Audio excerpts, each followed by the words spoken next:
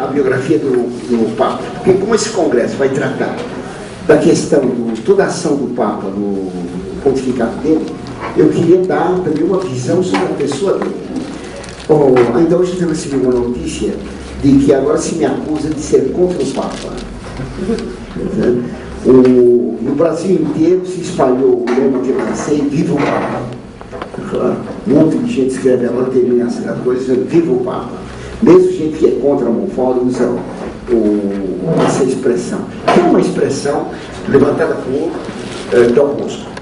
No tempo de Dom Bosco, em 1830, 48, etc., quando se fez a unificação italiana, foi eleito Papa Pio IX. Pio IX tem uma vida maravilhosa. É muito difícil encontrar uma biografia que conte tudo dele. Pio IX, ele pertencia a uma sociedade secreta católica, chamada AC, dirigida por Santo Afonso Maria de Ligório. Essa sociedade secreta, o São Clemente Pau era membro, depois o São José Cafasso, o São José Benedito Cotolengo, o Bem-aventurado Bruno Lantera e depois Dom Bosco. A sociedade era secreta por público, era conhecida pelo Papa. Pio IX, quando era moço, ele tinha uma doença séria, ele era epilético, então não podia ser ordenado sacerdote. Ele queria ser padre e, afinal de contas, ele obteve uma graça especial, uma graça sensível, que ele teve certeza que estava curado. De fato, nunca mais teve um ataque epilético. Então foi ordenado padre. Dizem que quando ele esteve nos Estados Unidos, ele entrou na maçonaria em Boston. Se apresenta até a ficha dele de ser maçom. Eu não acredito em ficha maçônica, porque quem faz ficha na maçonaria é uma besta. Só um tolo para fazer uma ficha na sociedade secreta. Imagina. Parece, agora é moda agora, né? Então, puxando um negócio aqui. Se fosse um rato, era um microfone. Um negócio correndo por aí, um rabo imenso, alguém puxava um rabo, era um microfone. Eu estava falando mal de quem? De quem se inscreve em sociedade secreta, não é isso? Porque não tem cabimento. Sociedade secreta vai ter inscrição. Está claro? É uma contradição. Maçom que se inscreve, que tem ficha, isso não vale nada. Perigoso é o maçom que existe que não tem avental. Aquele que não está inscrito na maçonaria e que escreve livros contra a maçonaria. Claro?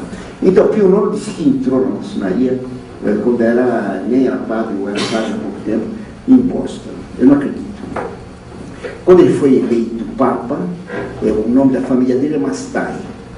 Giovanni Battista Mastai é o nome dele.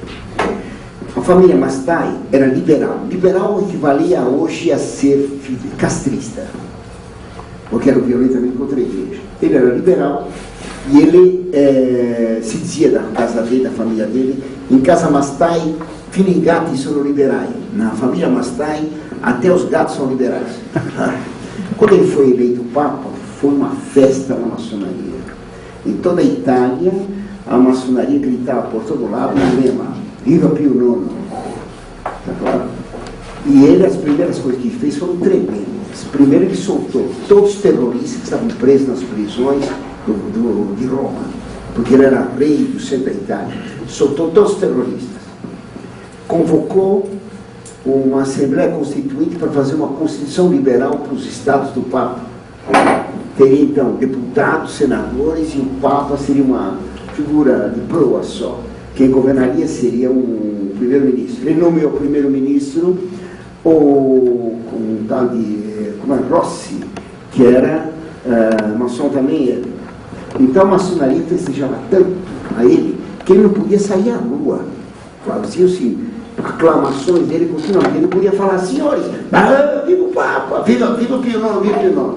Então Bosco proibiu gritar viva Pio IX, porque ele compreendeu bem que a maçonaria mandava gritar viva Pio IX porque gostava da pessoa e não do Papa. Tá certo?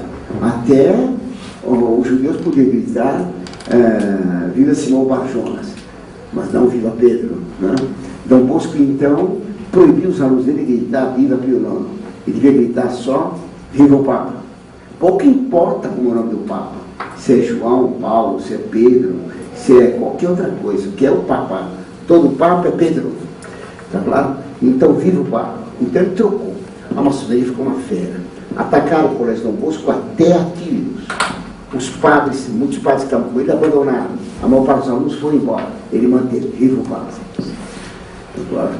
E depois Pio IX continuou durante 2 anos apoiando as coisas maçônicas. Né?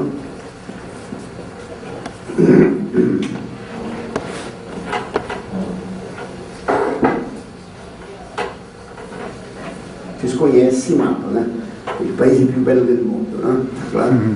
Aqui tem Roma, e como eu costumo dizer, aqui tem uma pizzaria excelente.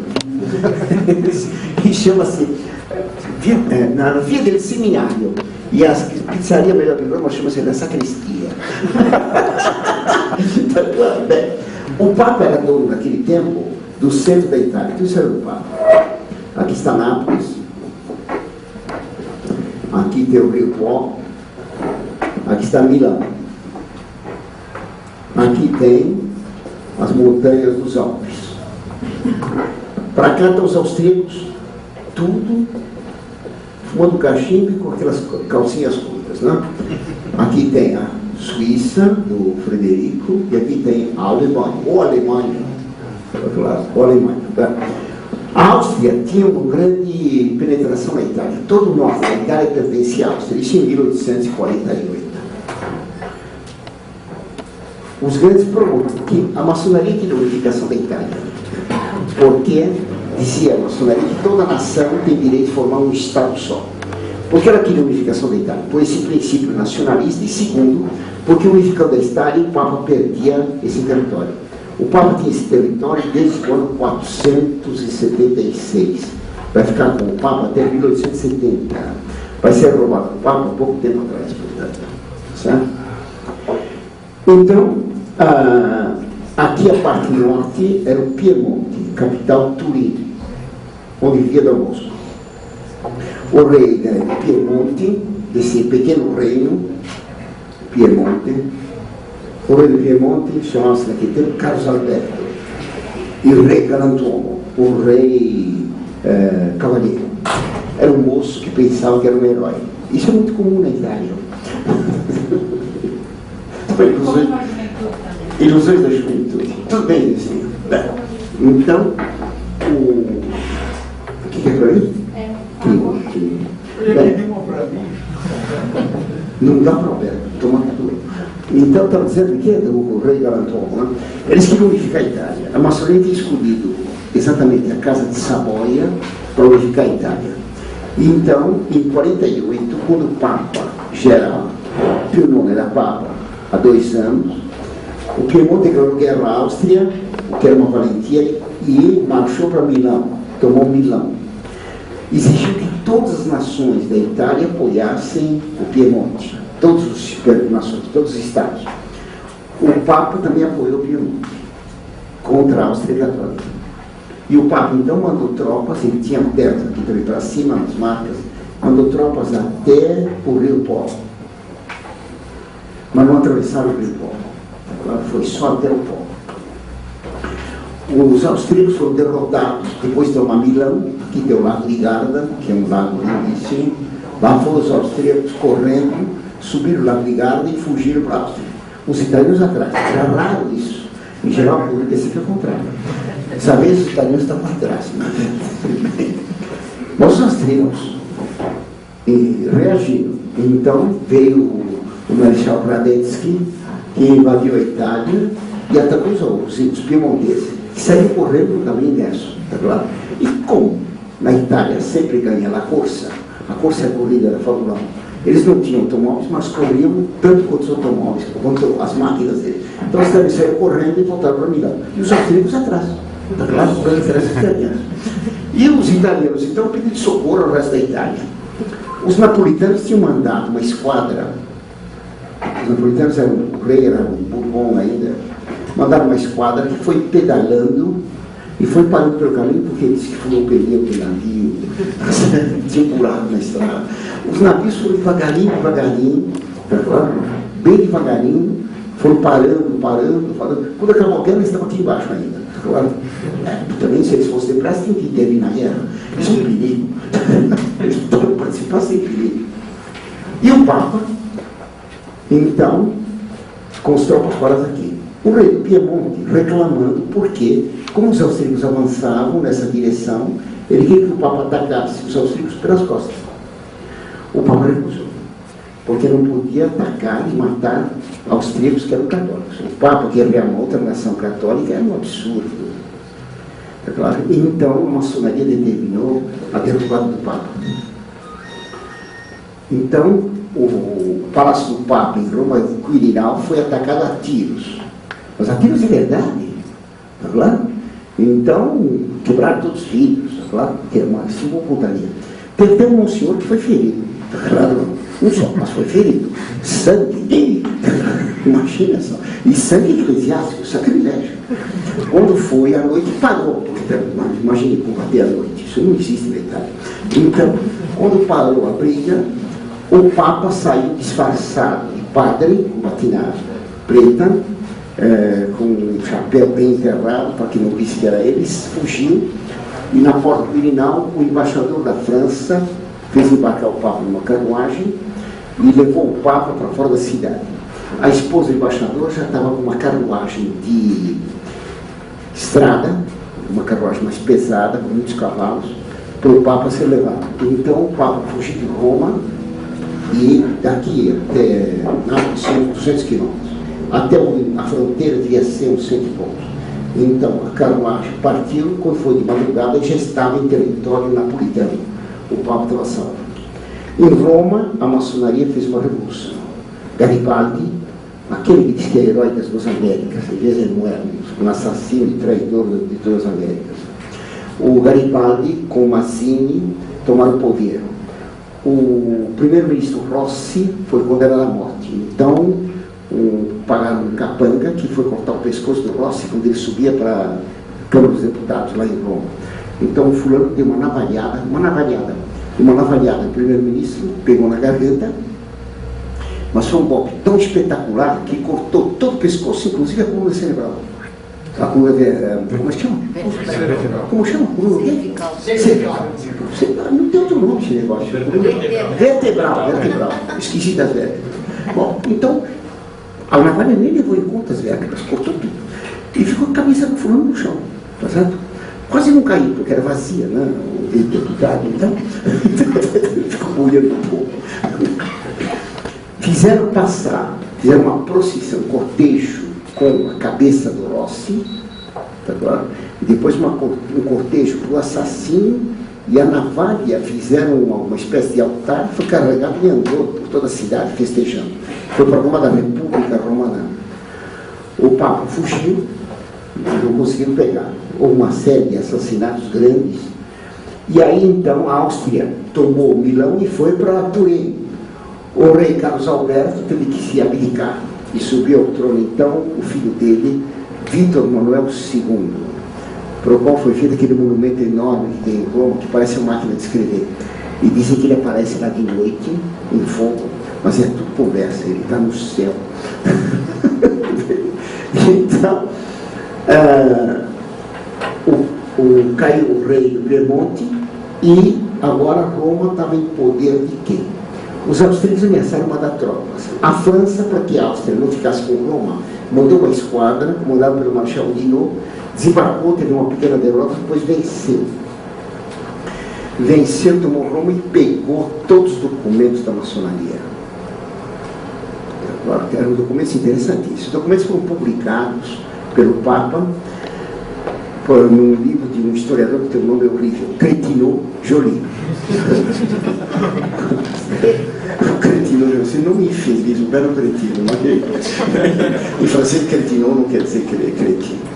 Mas, enfim, esses documentos foram publicados em português pelo Dom Boaventura Kloppenburg, bem-aventurado.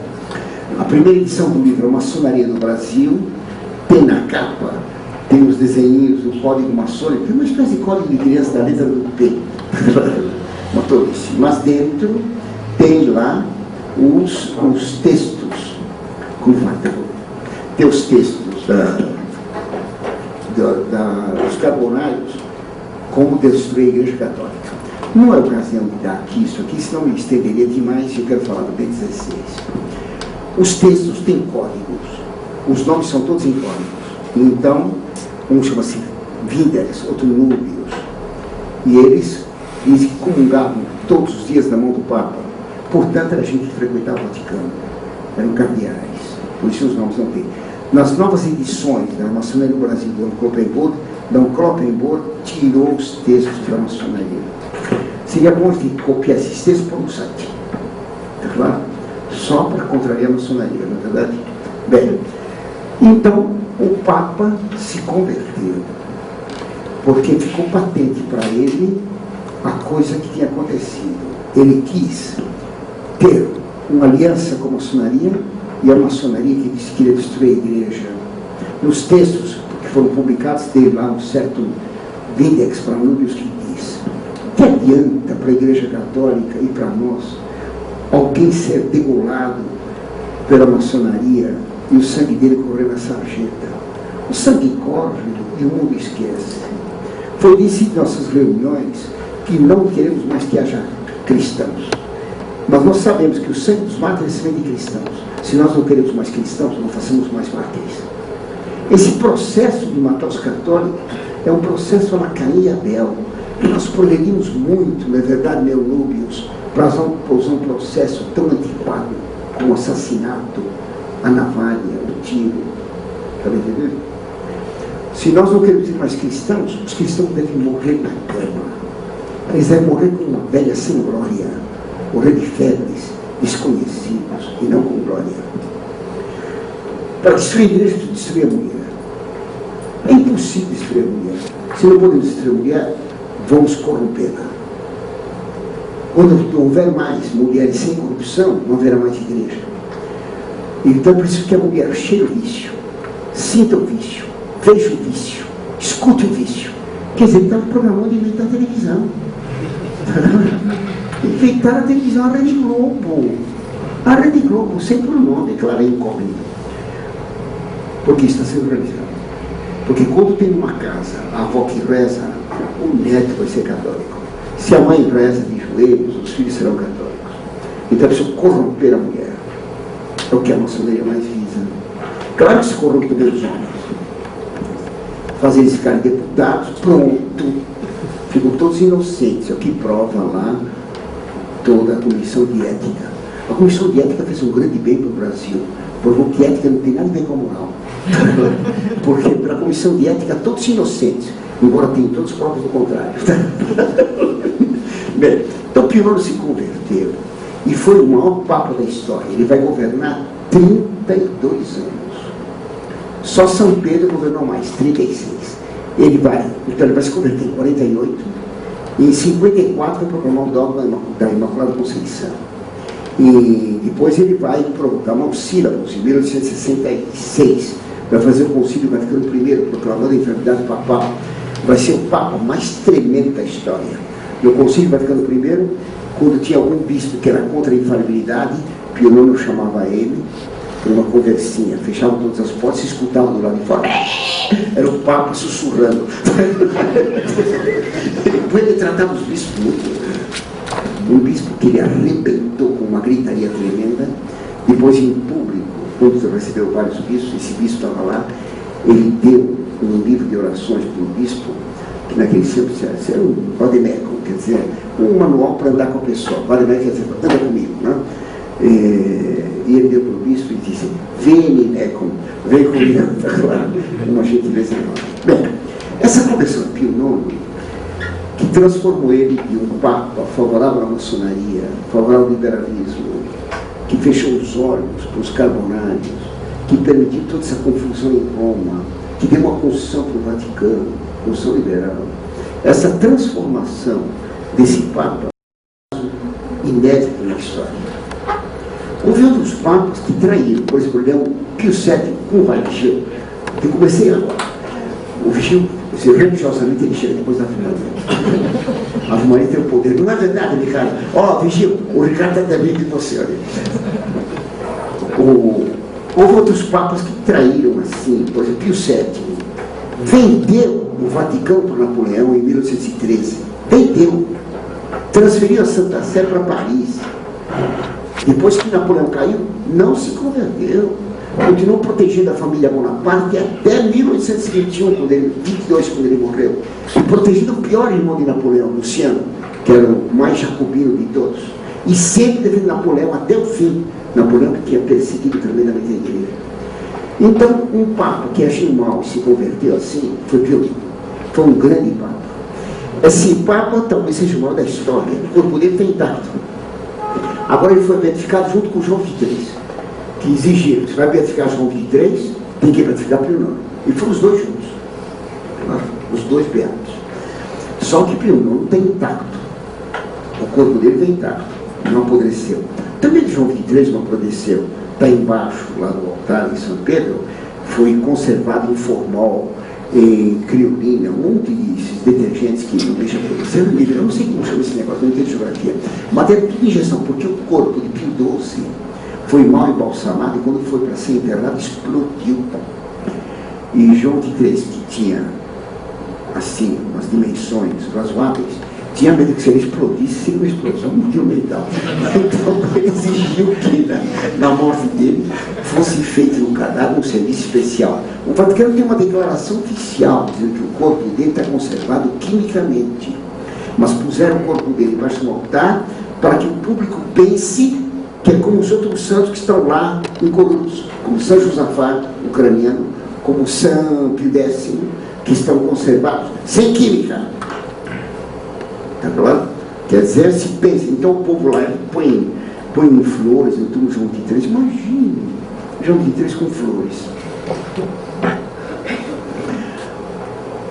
Então houve outros papas que agiram mal. Citei Pio VII. O caso atual do Papa Bento XVI é um caso inigualável. Inigualável. Ainda hoje eu contei já, né? Alguém importante aí dizendo que o professor é contra o Papa. Imagina, contra o Papa, exatamente o contrário. É claro que sempre tive devoção a qualquer Papa, porque é Papa, mas para Bento XVI, além de devoção para ele como Papa, tem uma devoção pessoal pelo heroísmo dele. Porque eu vou contar um pouco a história dele para vocês verem. Nós vamos estudar os atos dele e se pontificar, porque são sensacionais. Sensacionais. Só que só tem que ler. Em geral, as pessoas, principalmente os que são diplomados, não sabem ler. A nossa época é uma época extraordinária. Os doutores são analfabetos. É claro. Pouca gente sabe ler. E o Papa sabe escrever. E ele diz cada coisa que todo mundo lê e ninguém entende. Então nós vamos ver quem é esse Papa. A história dele parece com a de Pio IX, porque ele também foi liberal, e mais que liberal. Na minha opinião, ele é o Papa de Fátima. No Segredo de Fátima se fala de um Papa que vai ser morto quando vai rezar a missa. Um Papa que sai de uma cidade arruinada, foi publicado no ano 2000, ele tinha publicado. Que subirá depois numa montanha, uma cruz no Calvário, isso é na missa, e aí vai ser assassinado a tiros por soldados, a tiros e com flechas, coisa que não se usa hoje. Portanto, um fato imprevisível, que é o ser da profecia. Toda profecia, para ser profecia, tem que dar um detalhe futuro contingente. Que tem que dar alguma coisa imprevisível. Prever que um Papa seja fuzilado é a coisa mais fácil do mundo, porque hoje em dia a grande arma é o fuzil, são as armas de fogo. Mas prever que um Papa vai ser morto a flechadas, isso é um absurdo. Quem vai usar flecha hoje? Só os suíços. Nos torneios lá de Pérsia. Ninguém mais usa flecha. Acho que até os índios aqui não usam mais flecha. Só calção. Hã? Só calção. Só usa o calção de banho agora. Só usa o calção. E eles vão direto, não falam nada, porque eles são imputáveis. Então, que flechas misteriosas são essas? Quando ele for morto, a flechada vai ser, então, na verdade, o que se fala de Fátima. Eu sempre desconfiei que ele é o Papa de Fátima. Pode ser que eu esteja errado. Que seja outro que ele morra e venha outro. Haverá um Papa que vai fazer isso. Eu aposto nele. Então, desde que ele subiu ao poder, sempre disse isso. E fui debochado. E houve gente, por exemplo, Montfort, que saiu dizendo isso, que eu estava traindo a Montfort, que eu ia aderir ao Vaticano II e a Missa Nova, porque esse Papa é um falsário, é um traidor, é um herege. Ele não é falsário, ele não é traidor, ele está defendendo a fé. Posso perder 100, 200 elementos, quantos for, não volto atrás. Pode ser que me enganem contra o Papa que vai trazer a igreja de volta. Claro. Porque Dom Bosco diz que haverá um Papa. Vocês conhecem a profecia, não é? Você conhece, né, Paulo? Não? Dom Bosco teve um sonho em 1860 e pouco. Ele vê, o sonho é maneira de dizer, ele chamava de sonho para não dizer que era uma visão. Ele disse que estava junto ao mar, com uma porção de alunos, num rochedo.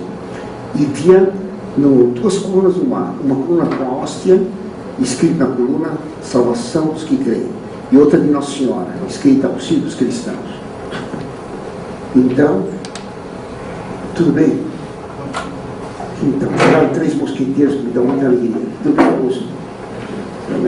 Senta aqui na frente, filho, olha aqui. Senta cá.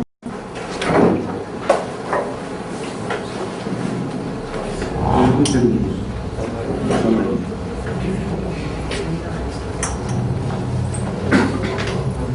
Está falando de quê?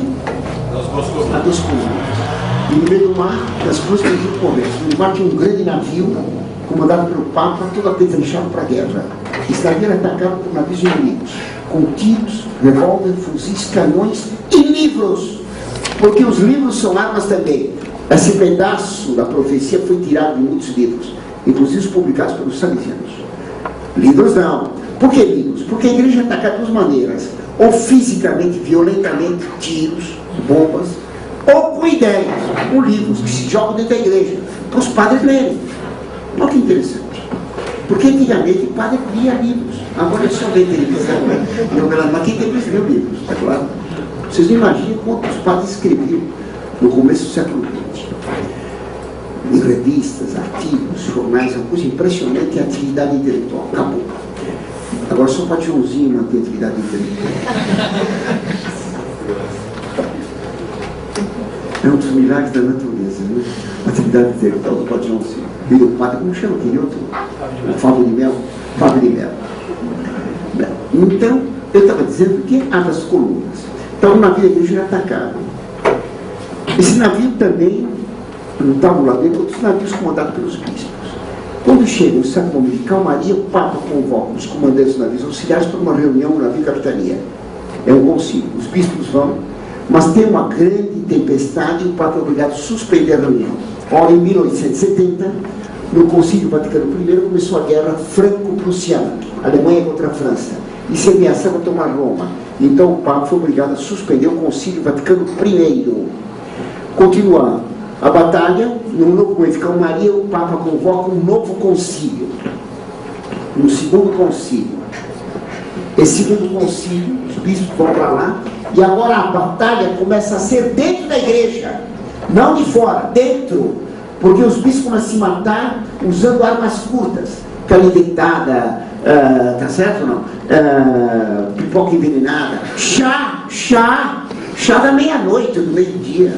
O Rasputin, no Nicodim tomou, era perto do meio-dia, morreu no Vaticano tomando uma xícara de chá, e junto com o João Paulo I. Muito bem. Então, chazinho, a luta passa a ser dentro da igreja, com o Vaticano II. Nessa luta, o Papa ferido cai e morre. Então se apressa a eleger um outro, que é ferido e morre também. Aí um outro substitui esses aqui. O nome dele causa espanto. Ele toma o timão e traz o navio para as duas colunas. E amarra o navio da igreja na coluna da hóstia, da missa. Depois na coluna de Nossa Senhora. Aí os inimigos se matam entre si. Tem uma guerra entre o Irã e Israel, tá certo? Com os capés, tá certo? E os buscapés naquele tempo eram explosivos demais. Então, todos os inimigos se autodestroem mutuamente. E vem numa grande calma no mar, pois não, filho? Professor, também fala da eleição que o Papa cai e o sucessor ele é eleito. E a notícia da morte do Papa chega junto com... Isso, é a eleição do outro. Mais rápido. Eu estou resumindo. Ora, o Papa Bento XVI já amarrou na vida da igreja. Amarrar é por meio de lei. O moto próprio é uma lei. Amarrou de novo o navio da igreja na cruz da hóstia. De onde ela não devia ter saído, a igreja. Quem levou para fora? Quem levou? Alguém levou o navio para longe das colunas. E depois ele amarra no outro. Um padre muito bom me contou que leu na mesa de 2 bispos a carta de Bento XVI a todos os bispos do mundo, anunciando, perguntando sobre a proclamação do dogma da mediação universal Nossa Senhora, que amarraria o navio na cruz da hóstia e liquidaria o ecumenismo protestante. Eu acredito então que Bento XVI é o homem desse sonho de Dom Bosco, é o Papa do sonho de Dom Bosco. Acredito então que também ele é o bispo e que fala o segredo de Fátima, que vai ser morto por restabelecer a missa. Então eu creio nisso, por isso eu tenho uma esperança enorme no Papa atual. O caso dele, eu passo já então para contar a vida dele, para que vocês entendam os documentos que vão ser explicados e os fatos do governo dele que vão ser explicados, porque são fatos espetaculares. Nós nunca tivemos na história da igreja um pontificado tão sensacional quanto este. Outro dia saiu na internet uma notícia que pouca gente entendeu, que quando o Papa Bento XVI foi eleito, o cardeal Sodano, o cardeal Sodano, tá certo? O cardeal Sodano se levantou e protestou: o senhor não pode aceitar. Que exigiu que ele não aceitasse. Ele disse que aceitava. O cardeal exigiu de novo, ele disse que aceitava e está acabado. Ô filho, eu sabia que você vinha. Você chegou de avião, aterrissou agora. Agora estou melhor. Chegou na Bahia, na Bahia tem avião. Então, eu perdi o fio de novo. Como é que está falando? Sodano, exigindo que não aceitasse. Conta-se que o cardeal Siri foi eleito 2 vezes, exigiram que não aceitasse. Curioso. Depois posso explicar esse mistério. Vamos ver então alguma coisa sobre a vida de Bento XVI. Ah, que interessante. Parece um pouco o Zeca, o Pedrinho. Mais que o Zeca. Esse aqui no uniforme militar. Esse aqui é interessante guardar. Ele tinha aqui, foi em 1900, tinha 16 anos. Foi convocado para o serviço militar para trabalhar na Luftwaffe. É claro. Então disse que ele foi nazista. Volta lá para a Luftwaffe. Que ele foi nazista. Ele trabalhou lá com 16 anos, isso foi em 1943. Ele foi trabalhar como telefonista de uma bateria antiaérea. Jamais ele pegou uma metralhadora. A única coisa que ele pegava o telefone: alô, quem fala com o capitão? Ele não está. Ele foi visitar a sogra dele é brava, não volta hoje. Coisa assim. Atendia no telefone as pessoas. Naquele tempo a Alemanha não tinha mais possibilidade de combater no ar, não tinha aviões para enfrentar os americanos, só tinha bateria antiaérea, que ele nunca puxou um gatilho, era um menino, 16 anos. Depois ele vai ser dispensado e depois vai ser reconvocado em outubro de 44. A guerra vai terminar em maio. Em outubro os americanos tinham tomado Paris, os russos tinham invadido já a Alemanha para o lado de lá. A Alemanha estava esfacelada. Então ele foi convocado e aprendeu como fazer buraco. Deram uma pá para ele, que ele viu, daqui a pouco eu conto. Veio com as fotos aí. Essa família dele, o irmão dele é grande maestro, o irmão mais velho. Esse aqui que é a ordenação dele? Ele e o irmão. Na ordenação ele ficou muito comovido porque entrou um passarinho pela janela e pousou em cima do sacrário. Aqui, quando era professor, tem uma cara inteligente. Aqui atrás João Paulo II, muito bem pensado. Esse é o menino dele. Os dois contra a ressurreição. São pessoas educadas, os dois. Não é como o professor da Monfort, mas do canto. embora divertida. Não. Eles são contra a ressurreição de Cristo, mas são educados. O importante é ser respeitoso. Pode falar que Cristo não ressuscitou, defendeu o aborto. Você é educado. Você não quer fazer o favor de abortar? Não, está claro, não. Gentis. Olha só que cara. Eleição.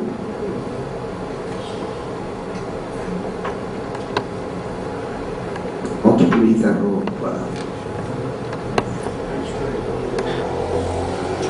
Pode, sabe? A fotografia está muito boa. Olha outra. Isso aqui eu queria ter uma. Isso aqui por enquanto é. Só daqui? Ótimo. Então, eu queria dar para vocês um resumo da vida dele, contando uns pontos interessantes. Esse livro aqui, ele fez Lembrança da Minha Vida. É publicado pela editora Paulus. Deu uma briga enorme na direção da Paulus, porque na página 128 ele ataca a missa nova, dizendo que era uma ruptura com a missa antiga.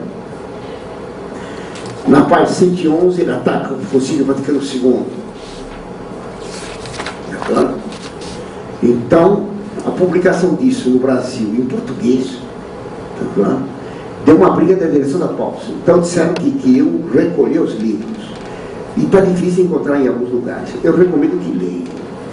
Eu conto alguma coisa dos livros, do que ele conta. Ele conta só a vida dele até os 70 anos. Desde que ele está no Vaticano, ele não fala mais nada. Claro. Bem, então vocês vão permitir que eu leia alguma coisa. Ele nasceu, então, em 1927.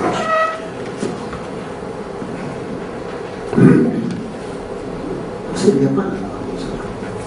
Ele nasceu em 1927. Naquelas cidades alemãs que já tem uma porção de consoantes e só tem uma vogal. Claro. Então nem vou ler, não vou perder tempo, que vocês também não sabem pronunciar também. Então ele nasceu lá, é certo que ele nasceu. Nasceu em 1927. Quer dizer, ele é 6 anos mais velho que eu. Ele tem então 82 agora. Ele está mocíssimo. 1927. Recentemente ele quebrou o braço direito, por isso que o Paulo, aqui, o nosso seminarista, quebrou o braço direito por devoção. Isso se chama devoção. Está claro? Então nasceu em Magdeburg e quando tinha 2 anos ele passou por cidade de Tiltimoni, que nome feio. Aqui não escreveu inteiro, eu escrevi. Cadê o André aí? Tá vendo só? Eu não esqueci, não, inteiro. Ele passou para essa aldeia, já lembrei. Onde ele nota, aqui na página 11, onde viveu, em 1929, foi morar numa aldeia onde viveu o bem-aventurado Holzhauser. É claro, quando ele tinha 2 anos, eu não sabia que lá tinha vivido 300 anos antes o Holzhauser. Porque o padre Holzhauser é um dos melhores comentadores do Apocalipse. Assunto que o Papa Bento XVI tem extremamente em mente. Já de um ano para cá, ele fez 3 vezes o discurso sobre o capítulo 12 do Apocalipse. Apareceu um sinal no céu, uma mulher vestida de sol, Fátima. O dragão vermelho que arrastou 1/3 das estrelas do céu, os bispos. 3 vezes já comentou esse discurso. Ele está, por assim dizer, impressionado com o Apocalipse, como ele depois por quê. Ele vai falar continuamente disso, que tem 2 coisas que o preocupam. A missa, a liturgia do Apocalipse. Desde pequeno se preocupou com a liturgia.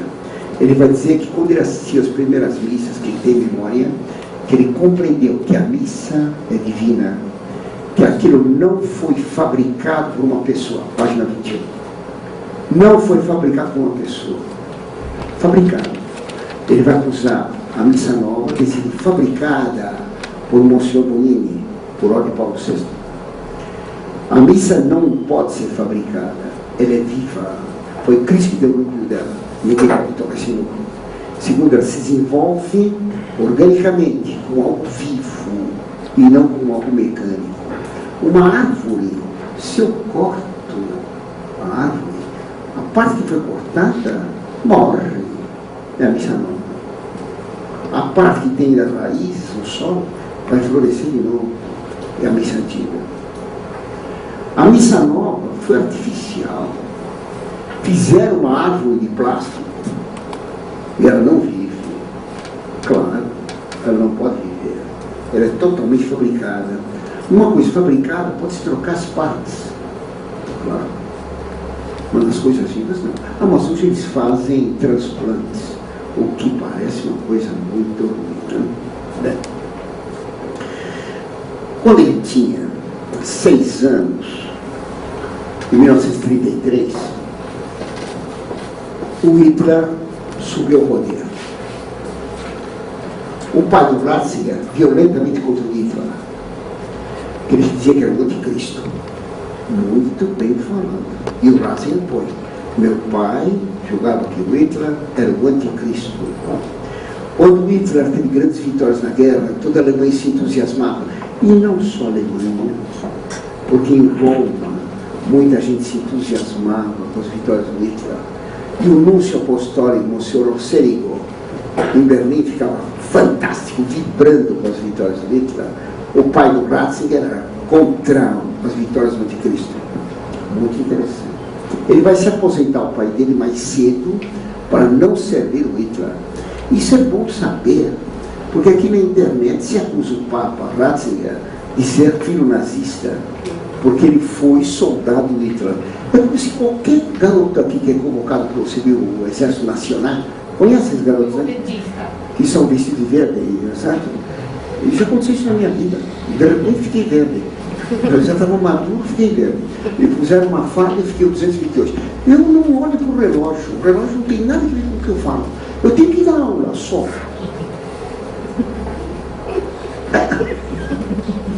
Não vai ter 9 horas isso? Ah, não. Para mim vai mais longe. Esse negócio de marcar horas, o que vale é explicação. Vocês não acham? Nem ligo para o relógio. Então, eu estava falando de que o pai era contra o nazismo e o pai se aposentou contra. Os irmãos foram obrigados a entrar na juventude nazista, o irmão mais velho e a irmã dele, nas jovens do nazismo, na organização das moças. Ele não, porque era muito pequeno. Então nunca foi da juventude nazista.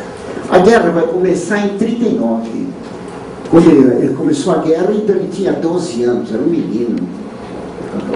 Então não era nada. Ele ganhou na infância um livro chamado Schott. O padre que casou os pais dele deu para ele o Schott.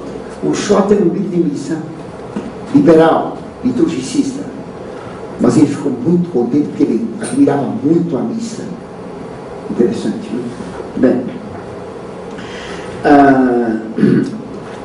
fez ginásio e aprendeu latim. Ele não tinha muito latim, pela capacidade do latim, pelo valor que tem o latim, de ordenar a inteligência.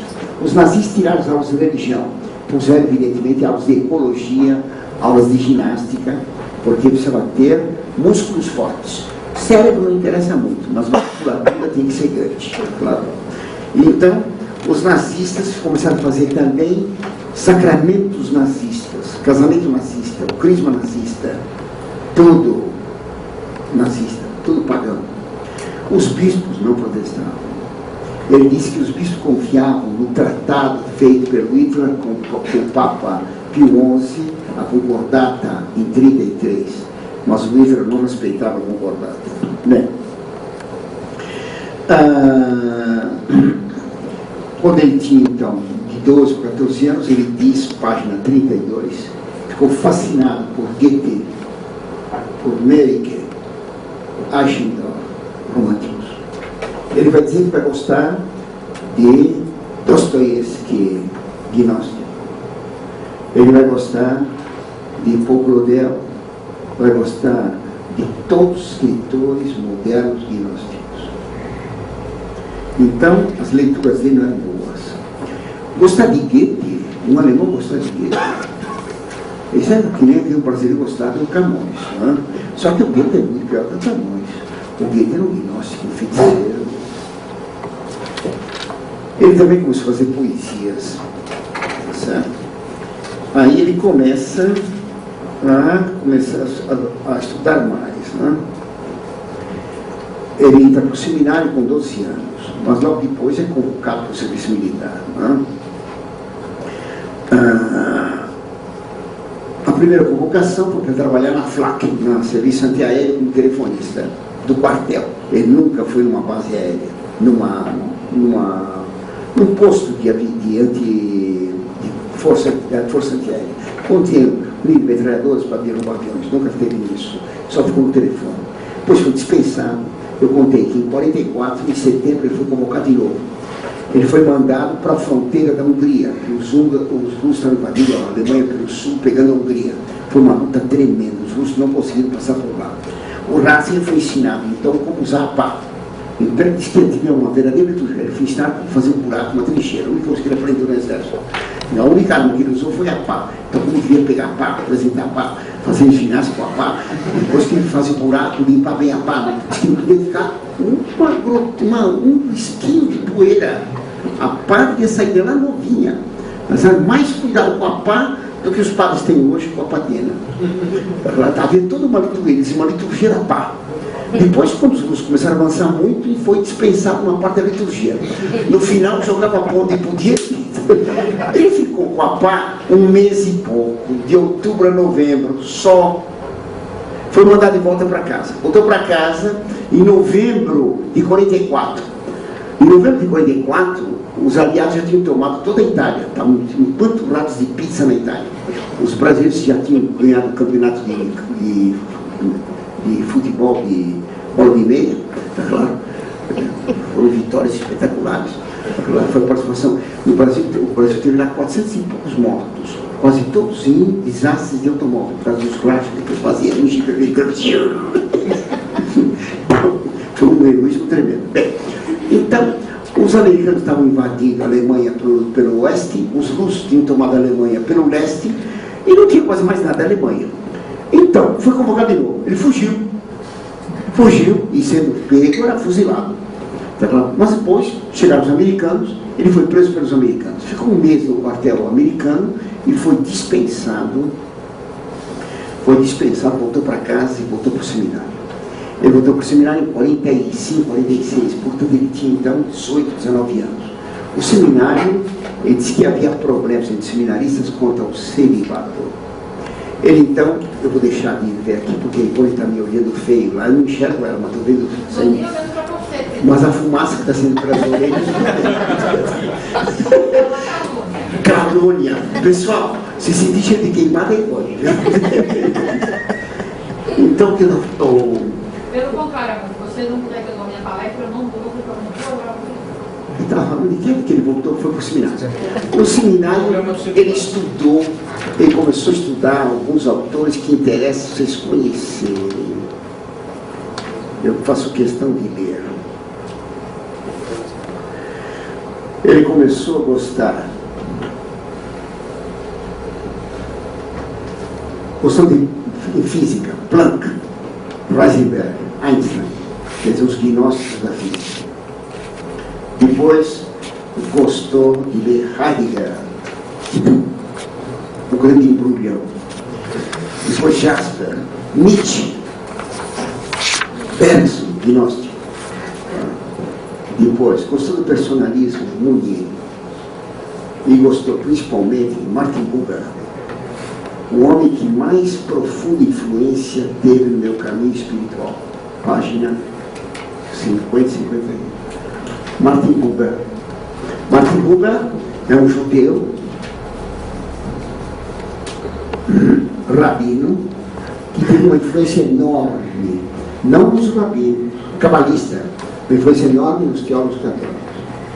Ele tem alguns livros extremamente interessantes. Um deles, o livro Eu Tu, outro, Eu Isso.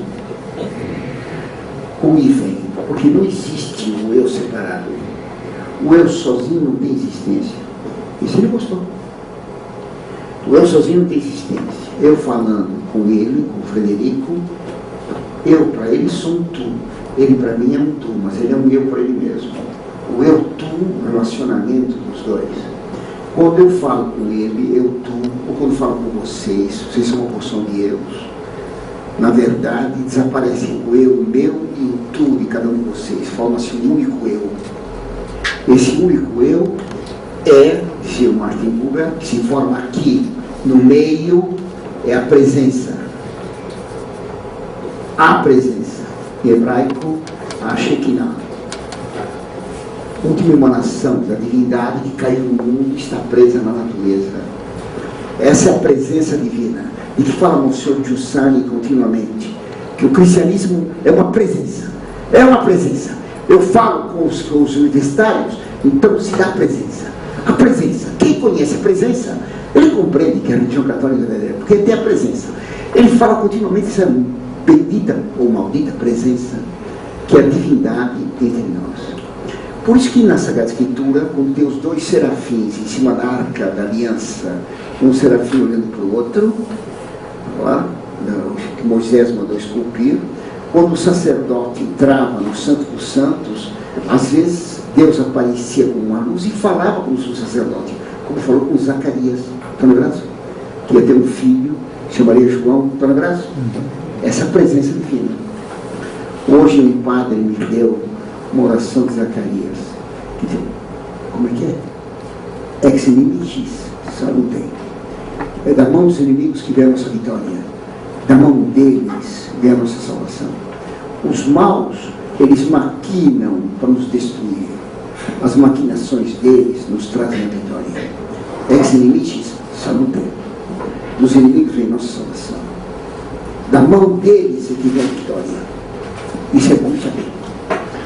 Então Martin Buber diz que assim como na arca aparecia a presença de Deus, assim o eu e o eu dele são parciais, partes de um Espírito Divino que está dividido entre nós e que tem que desaparecer.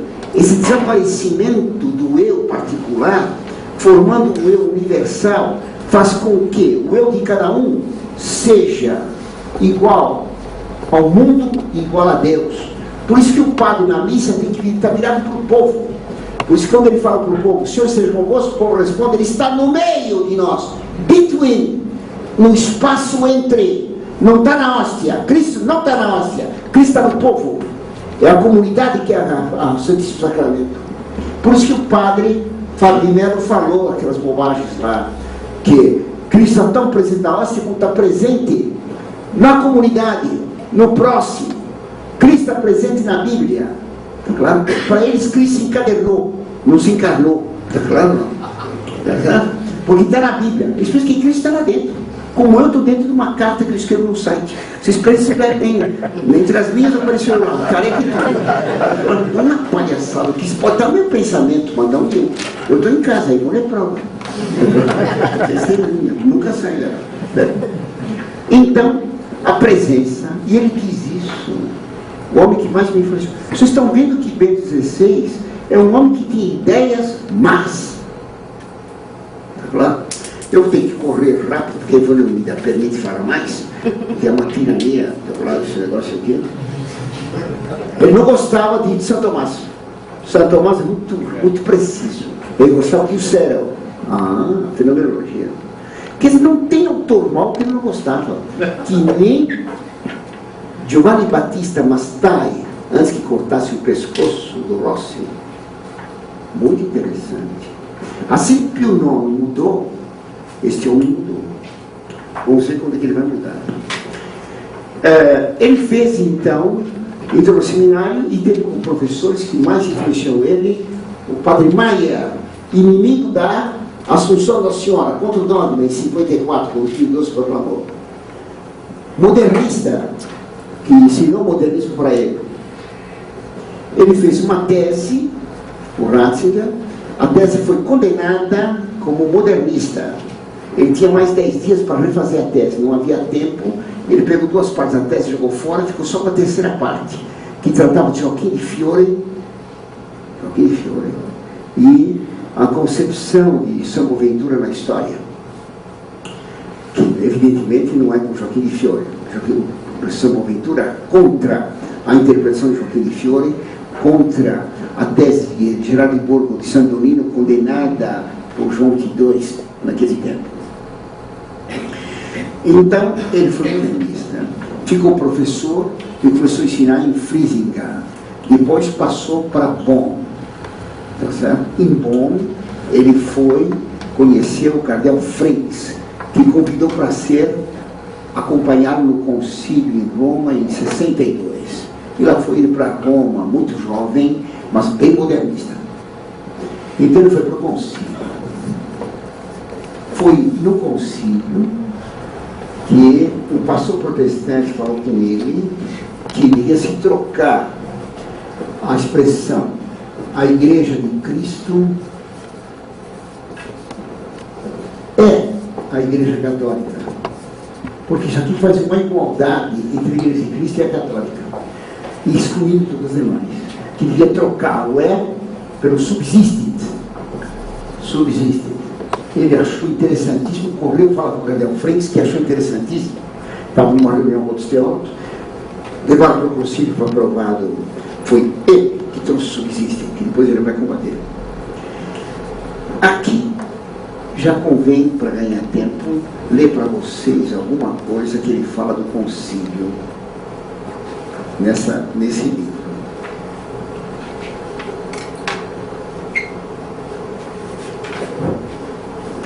Ele diz que, quando ele voltou da primeira sessão do concílio, em dezembro de 1962, voltou para Bonn, ele voltou preocupado em 62. Que ele viu o seguinte: o que estava acontecendo era de um alcance muito profundo. Se os bispos em Roma podiam mudar a fé, modificar a fé, pois assim parecia ser, porque afinal só eles? Em todo caso, a fé podia ser mudada. Mas os bispos só faziam o que diziam os teólogos. É os teólogos que estavam mudando a fé. Então ele conclui, página 113. Se os teólogos podem mudar a fé, por que não o povo? Todos podem mudar a fé. E ele ficou assustado. Voltou para Bonn e fez um discurso, pondo um primeiro breque no concílio. Diz que a intervenção dele, o sermão que ele fez, um discurso que ele fez numa reunião do clero, não foi bem compreendido. Então, numa segunda reunião, estando presente o cardeal de Munique, Monsenhor Döpfner, modernista, fez um discurso ainda mais sério contra o concílio. E Monsenhor Döpfner achou ruim, dizendo que esse teólogo está tendo alguma coisa de conservador. Não gostei. Então, em 62, ele começa a ficar em dúvida sobre o concílio. Tá claro? Isso é bem interessante. Depois ele vai falar da missa. Página 128. A nova missa. Vou ter que dar um texto longo. Tá claro? Esse texto aqui, eu acho que já pus no site, mas vale a pena vocês ouvirem. Onde está aqui? O segundo grande acontecimento no início dos meus anos em Ratisbona, tinha passado a ser professor de Ratisbona, Regensburg, foi a publicação do Missal de Paulo VI em 1969, com a proibição quase total da missa anterior, depois de uma fase de transição de apenas meio ano. Tá claro? Foi bom que tivesse publicado o decreto, porque o que se fazia de experiência estava um delírio. Então ele continua. Fiquei consternado pela proibição do missal antigo, pois algo semelhante nunca tinha acontecido em toda a história da liturgia. Pois ele diz. Engraçado que agora ele diz que nunca foi proibido, né? Jamais se opôs um missal ao outro, pois é. É porque uma coisa é o que a leizinha diz, que é o que ele usa agora. Outra coisa é aquela prática que é tudo complicado. Depois. A proibição decretada, ele vai dizer agora no outro próprio que a missa nunca foi proibida. Como é que ele foi decretada? Ou ele considera que o decreto é inválido? Porque é uma contradição. A proibição decretada do missal que se tinha desenvolvido como continuamente, através de todos os séculos, desde os manuais para os sacramentos da igreja primitiva, causou na história da liturgia uma ruptura cujas consequências só podiam ser trágicas. Então vejam bem, vou reler. Ele diz que a proibição da missa antiga, a publicação do missal de Paulo VI, causou uma ruptura, coisa que ele nega do Vaticano II, que o Vaticano II não causou uma ruptura com o passado, mas na missa ele diz que causou ruptura. Quer dizer, a missa nova causou uma ruptura. Tá claro? Agora hoje vou publicar no site, não sei se já publicou, um artigo que eu escrevi, acho que não, ainda não mandei. Um artigo que Jean Guidon diz: Paulo VI mandou tirar da missa tudo que era contrário ao protestantismo, tudo que era extremamente católico, para que a missa católica se aproximasse ecumenicamente da ceia calvinista. Está claro? Alguém protestou, o Jean Guidon disse: eu nunca assisti ceia calvinista, mas sempre assisti missa antiga. A missa nova, ela é protestante, ela leva ao protestantismo, parece a ceia calvinista. Então, é lógico. Agora vai se discutir se leva ou não leva. Basta ver o que aconteceu. Tem milhões de católicos de todo mundo passando para a igreja protestante, para as seitas protestantes. Essa que é a realidade. Mais de 100 mil padres largaram a batina, porque a missa, primeiro bem que faz é para o padre. O padre que reza a missa antiga recebe as primeiras graças. Tem um padre a quem o Divaldo agora ensinou a rezar a missa antiga, que diz: eu não consigo mais rezar outra missa. Para rezar outra missa é um sacrifício, para rezar a missa nova, porque não é missa, não parece missa. Claro, qualquer padre que reza a missa antiga percebe o que é a missa, enquanto a missa nova não. A missa nova é um banquete, a missa nova é comunitária, tem que ter a participação ativa do povo. O que é a participação ativa do povo? Balançar as mãozinhas, gritar aquelas musiquinhas cretinas e se rebolar. Como eu vi aqui numa igreja, espiando por uma janelinha, uma velha de 70 anos se rebolando na hora da comunhão. Uma vergonha, uma indignidade de fazer uma velha rebolar como eu digo, cordão carnavalesco. Isso é participação ativa. Participação ativa é comungar. Essa que é a participação primeira do povo. Participação ativa é participar do ofertório, oferecendo a vida por Cristo. Vós morres por mim, eu quero morrer por vós. Me tira a vida se for preciso. Isso que é participação ativa. Se faz com inteligência e com vontade, e não balançando as mãos. Então ele disse que a missa não foi uma ruptura com o passado. Tá? Uma coisa bem séria. Tá certo? Ele conta que passou por várias faculdades e aderiu ao existencialismo de Heidegger, mas que as discussões nas faculdades deixavam ele perturbado. Então ele se afastou da faculdade de Tübingen por causa das discussões que havia lá a respeito de marxismo e de existencialismo. Ele não gosta de brigas. Conta-se que quando alguém levantava alguma coisa contra ele, Parecido com você, né, amor? ele logo se fechava e parava de discutir. Ficou muito ligado a Rana, a Alma Negra do Concílio.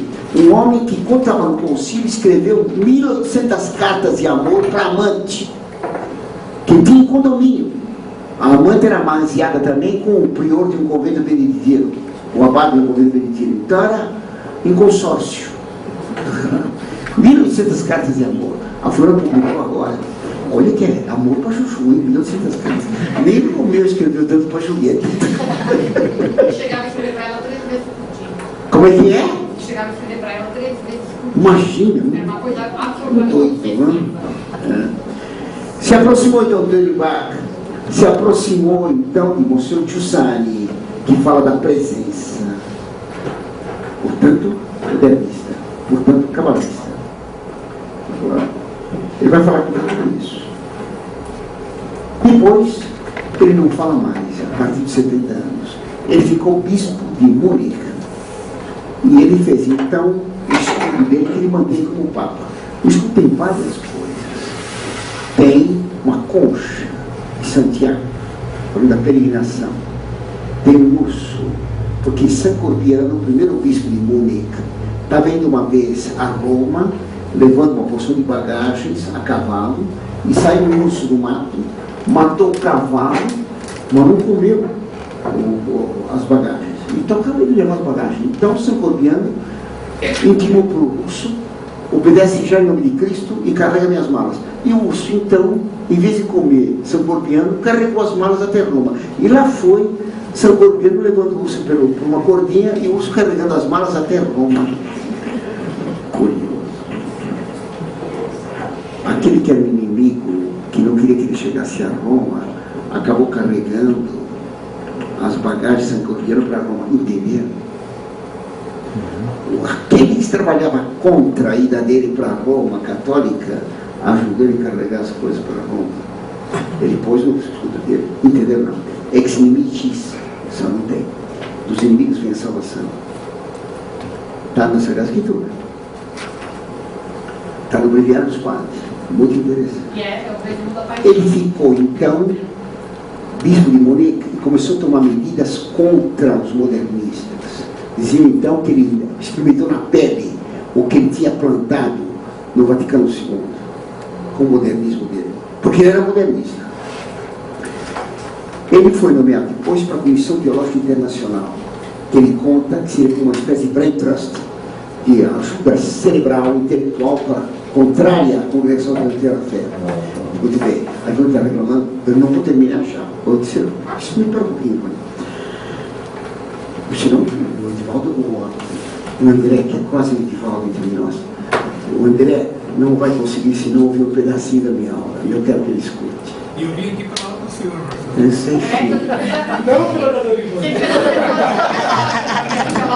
Claro que começou mais cedo. ele tem bom gosto. Mas então. Então, quando ele foi para lá, ficou bispo. E quando tinha 70 anos, foi nomeado para a Congregação da Fé João Paulo II. E foi para Roma.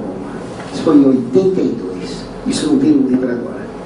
Em 82, ele fez, logo que chegou, uma reunião com mais 5 cardeais do Vaticano, onde se decidiu, só dando presente, onde se decidiu que era preciso acabar com a missa nova. Veja bem, em 82, precisa acabar com a missa nova. Muito interessante. Ele vai ter um papel no Vaticano, na Congregação da Doutrina da Fé, um papel bastante curioso, pois vai condenar o Frei Boff, principalmente o livro em que Frei Boff diz que Cristo não fundou uma igreja. Quando ele condenou o Boff escreveu então uma defesa. Ele não diz que Cristo fundou a igreja baseado nos seguintes autores, tal, e um autor alemão que diz que Cristo fundou a igreja, Cardeal Joseph Ratzinger. Ele tinha escrito, e o Frei Boff mostrou, o senhor está em contradição, o senhor condena a mim, o senhor escreveu. Ele foi mudando lentamente. Ele sempre foi contra Nossa Senhora de Fátima. Quando foi em 94, ele fez uma declaração, eu publiquei isso, dizendo que o segredo de Fátima jamais vai ser publicado, porque tudo que é no segredo já está na revelação. Revelação em grego se fala Apocalipse. A irmã Lúcia respondeu para ele por carta. É verdade, está tudo na revelação, entre o capítulo 8 e 13. 8 e 13. Entre 8 e 13 tem o 12. E o 12 diz: apareceu um sinal no céu, a mulher vestida de sol, e o dragão vermelho, e aqueles que vão vai arrastar a terça parte das estrelas do céu, dos bispos. E diz o Apocalipse: uma estrela caiu do céu, na quinta trombeta. A estrela que guiava os navegantes no mar era símbolo do Apocalipse dos bispos que guiam os homens para o céu. Naquele tempo não tinha bússola, então os marinheiros seguiam, os que navegavam no mar ou os que viajavam no deserto se guiavam pelas estrelas. Então ele diz, o Apocalipse, que a estrela é como o bispo que guia os homens para o céu. Uma estrela caiu do céu. O que quer dizer? Um bispo que caiu em heresia e recebeu as chaves. Foram dadas as chaves do poço do abismo. Qual é o bispo que recebe as chaves? Pedro. Então um bispo tem heresia caindo do céu para você ter as chaves. As chaves que quando abre ninguém fecha, quando fecha ninguém abre. E ele abriu o poço do abismo. E saiu uma grande fumaça que escureceu o sol. A fumaça de Satanás do templo de Deus. Foi Paulo VI que falou. E Nosso Senhor diz no Evangelho: quando virdes guerras e rumores de guerras e revoluções e terremotos e fome e peste, sabei que está chegando a hora, mas ainda não é o fim.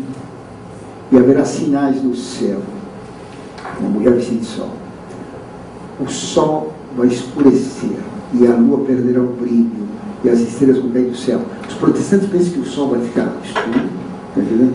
Tem católicos que falam em 3 dias de trevas, que não tem uma vela acesa, etc. O sol é a igreja. Nosso Senhor disse para os apóstolos: vós sois a luz do mundo. A luz do mundo é o sol, a igreja é o sol. A igreja, o sol vai escurecer com a fumaça de Satanás. Está claro? Por isso que em Fátima, na aparição em outubro, o sol caiu em direção ao homem, em direção à terra. Terra é homem. O Vaticano II foi antropocêntrico. Então o sol caiu.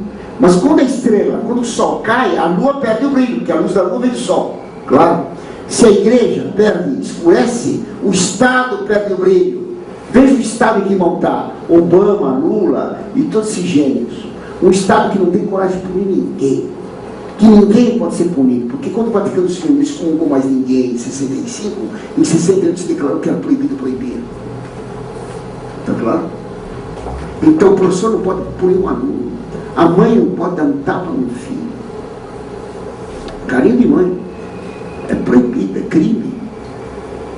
Ninguém pode punir ninguém. Só pode punir a homofóbica. Ninguém pode ser excomungado, ninguém pode ser punido. Não há mais autoridade. Foi tirado todo o freio. Como disse São Paulo na segunda epístola de Tessalonicenses, foi ser tirado o freio. E aí então toda a ordem natural vai ser destruída e haverá grande apostasia contra a ordem natural, o casamento gay, a eutanásia, o aborto e etc. Então uma estrela vai cair do céu e o sol vai escurecer e as estrelas cairão do céu. A estrela não vai cair do céu literalmente. Uma vez eu vi 2 testemunhos de Jeová. Você imaginou? Não adianta usar guarda-chuva, vai cair cara pedrão do céu. Ele disse que a estrela vai cair em cima dele na careca. Imagina. É possível. Os bispos vão apostatar. E aí então, no meio da cidade iluminada, um papa passa entre as ruínas da cidade, cambaleante e vacilante, como ele. Tem uma procissão que sobe a montanha com a cruz, o Calvário, a missa. Na frente da procissão vão cardeais, bispos, freiras, padres, o povo, e atrás o Papa, que nem falou Dom Bosco no outro sonho. Uma procissão que sai do Vaticano e depois volta, levando 200 dias, e o Papa no fim da procissão, que volta para Roma. Então o Papa volta vacilante e titubeante. É ele. Ele é um homem de uma coragem enorme, que não dá um passo atrás. Ele não vai dar um passo atrás. Ele não vai voltar para trás. Ele é tímido, extremamente tímido. Não gosta de briga. Provavelmente ele não gosta do meu estilo, mas está gostando dos resultados. Mas o cara é divertido. Muito bem. Ele não vai dar passo atrás. Ele vai até o fim. Ele vai rezar a missa. Ele vai pôr a tiara. Vai ter logo mais um pontifical em Roma, em São Pedro. Ele vai rezar a missa antiga no altar principal. Quem sabe de tiara. Vai ser uma coisa sensacional. Né? Isso acontecendo, ele vai ser morto.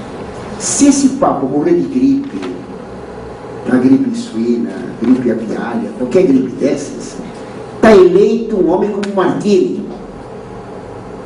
Porque o ódio que existe contra ele no mundo é enorme. Ele está sozinho.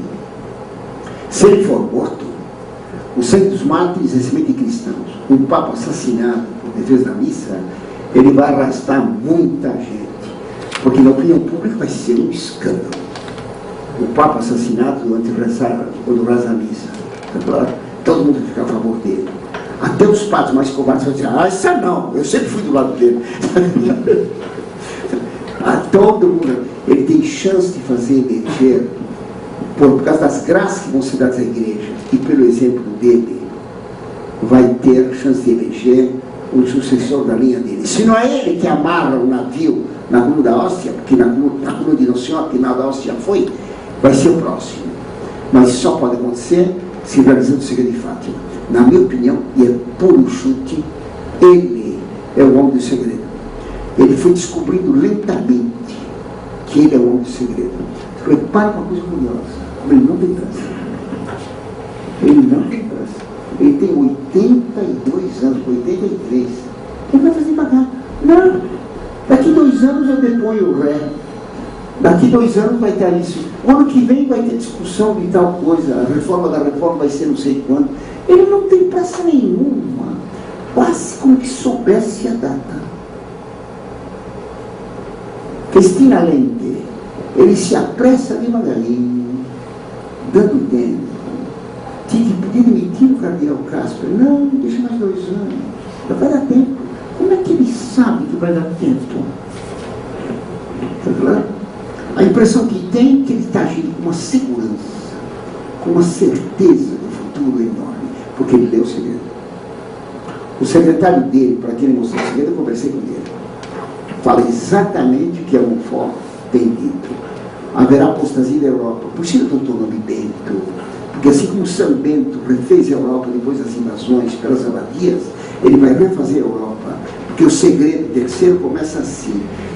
O dogma da fé se manterá em Portugal, embora todo o continente europeu apostate. Não mudem a missa, não mudem a teologia. Está dito no segredo. Vários cardeais disseram isso. Cardeal Ward, Cardeal Chap, deixou escrito para ser depois que ele morreu. Cardeal Chap foi teólogo de 5 papas.